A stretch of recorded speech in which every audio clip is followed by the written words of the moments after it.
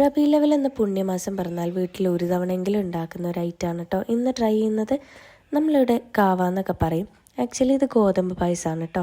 പണ്ടൊക്കെ ഈ കാവ വെക്കണം എന്നുണ്ടെങ്കിൽ തലേ ദിവസം ഗോതമ്പ് കുത്തി അതിൻ്റെ തൊലിയൊക്കെ കളഞ്ഞ് അത് ചേറിപ്പെറുക്കി വൃത്തിയാക്കിയതിന് ശേഷമാണ് കേട്ടോ പായസം മേക്കിംഗ് പ്രോസസ്സിലേക്ക് കിടക്കുക.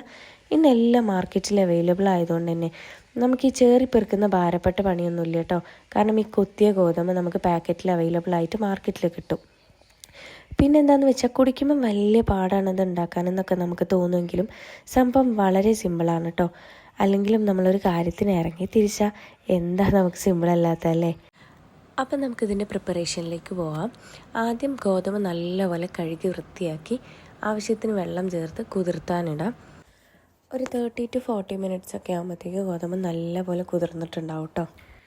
ശേഷം നമ്മൾ കുക്ക് ചെയ്യാൻ പോകുന്ന പാത്രത്തിലേക്ക് ഈ ഗോതമ്പം ഊറ്റിയെടുത്ത് അത് വേവാൻ ആവശ്യമുള്ള വെള്ളം ഒഴിച്ചു കൊടുത്ത് ഒരു ഹാഫ് ആൻ അവർ നമുക്ക് വേവിക്കാൻ വെക്കാം കേട്ടോ. ഇത് വെന്ത് വരുന്ന സമയം കൊണ്ട് നമ്മളിതിലേക്ക് ആവശ്യമുള്ള തേങ്ങാപ്പാൽ സെറ്റാക്കി എടുക്കണം. ഞാനിവിടെ 1-ാം പാലും 2-ാം പാലും 3-ാം പാലുമാണ് എടുത്തിട്ടുള്ളത്. ഏകദേശം വെന്തോന്ന് തോന്നുമ്പോൾ നമുക്ക് നമ്മൾ നേരത്തെ സെറ്റാക്കി വെച്ചിട്ടുള്ള തേങ്ങാപ്പാലിൽ 2-ാം പാലും 3-ാം പാലും ആഡ് ചെയ്ത് കൊടുക്കാം. ശേഷം നമുക്ക് മധുരത്തിന് ആവശ്യമായിട്ടുള്ള ശർക്കര ഉരുക്കിയെടുത്ത് ആഡ് ചെയ്യാം. ശേഷം നമ്മളവിടെ മാറ്റി വെച്ചിട്ടുള്ള 1-ാം പാൽ ആഡ് ചെയ്തിട്ട് നല്ലപോലെ മിക്സ് ചെയ്യാം. ഒന്ന് തുള്ളി തിളച്ചതിന് ശേഷം നമുക്കിത് തീയിന്ന് മാറ്റി വെക്കാം.